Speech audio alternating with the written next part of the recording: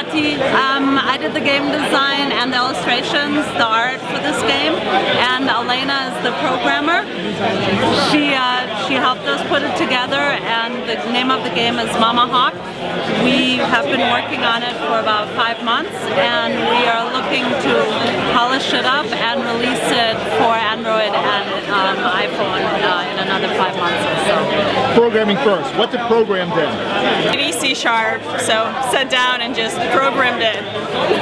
I mean, we came up with game design first. We had a bunch of ideas, a couple of prototypes we worked on, different controls, different mechanics, and we tried a couple of them. Then we figured out the one we liked and we went with it. I studied game design, so I programmed a bunch of games as my school project, but this is the first actual game that I'm working on. Yes. Where did you go to school? New York Film Academy. Okay. You, where did you go to school? I went to Pratt Institute, best art school in New York. So tell me about the art. What art tools did you use? So I did all the concept art using Caran d'Ache. I put together a reference board with about 300 images, so there was a lot of research involved.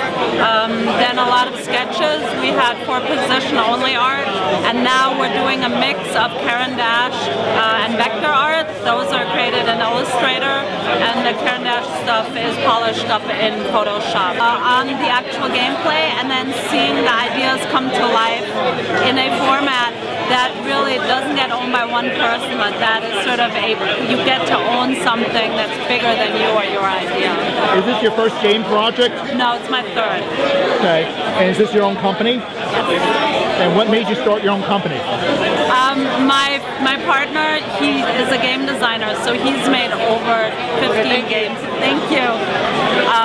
And so I have an illustration background. I had done children's books, and so our first project when we started dating was to make interactive books. So that was using his skills and my skills, and then from that we transitioned into game design. But this is actually the first game that I'm the lead on, so I made the full circle. I actually studied fine arts, and so this actually is the result of playing a lot of games. I like to say I've become a degenerate gamer in the last few years, and that's resulted in putting together games as well as utilizing what I've learned in my other sort of careers in order to make these as successful as possible. When you're thinking about designing, did you design the game first or thinking about the platform, like it's desktop or mobile? Never platform first. Always, what is the gameplay? What is the story? And the gameplay really has to lead it, otherwise the game is not fun. What you don't want is a great looking game that no one wants to play because it's boring. Thank you. So tell me about your experience in the game industry. Well, in Russia I used to work at Mail.ru Group. It's the biggest, one of the biggest internet corporations in Russia, and it's one of the major game companies in Russia. I used to work in the localization department, so we worked with big MMOs like Perfect World, Warface, Lord of the Rings Online, Arcade. I used to be the QA lead there. I worked there for 3 years, and I worked on all their major projects basically. So that was my background.